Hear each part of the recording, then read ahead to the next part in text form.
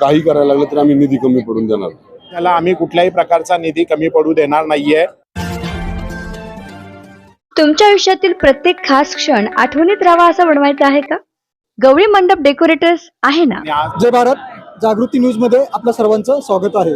दर्शक हो, आता माझ्यासोबत आमदार महेशदादा लांडगे, त्यांची पण आपण प्रतिक्रिया जाणून घेऊया. दादा, या ठिकाणी स्मारकाचं भूमिपूजन होते, काय सांगा? सगळ्यात जास्त आनंद होता आम्हाला. तुम्ही पाहिला असेल किती उत्साह आहे पिंपरी चिंचवड शहरामध्ये सगळ्या समाज घटकांमध्ये. आज एक प्रेरणा देणारं आणि समाजाला एक दिशा देणारं माता रमाईचं या ठिकाणी स्मारक होतं. त्याचा मनापासून आम्हाला सगळ्यांना अभिमान आहे. खरं तर अनेक लोकांच्या अपेक्षा अशा आहेत की या ठिकाणी आंतरराष्ट्रीय दर्जाचं स्मारक व्हावं. काय आपली भूमिका आहे? त्याच अनुषंगाने आमचं काम चालू आहे. त्याच अनुषंगाने ही पण तयार होईल.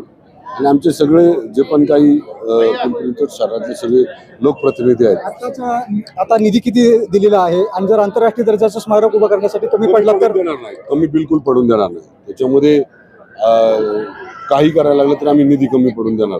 आज खूप आनंद होतोय की पिंपरी चिंचवड शहरामध्ये असं स्मारक होतंय. हे स्मारक उद्याच्या पिढीला एक प्रेरणा देणारा असेल, शक्ती देणारा असेल.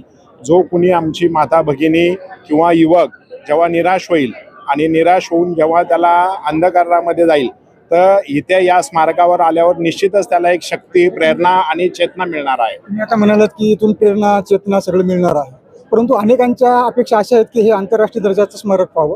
याला जर निधी जर कमी पडला तर? निश्चितच ह्याला आम्ही कुठल्याही प्रकारचा निधी कमी पडू देणार नाहीये. इथे महापालिकेमध्ये सुद्धा महायुतीची सत्ता, भारतीय जनता पार्टीची सत्ता आहे, राज्यात महायुतीची सत्ता आहे आणि केंद्रात पण आहे. तिन्ही ठिकाणावरनं आंतरराष्ट्रीय दर्जाचं हे स्मारक होण्यासाठी आमचा हा पूर्ण प्रयत्न असणार आहे.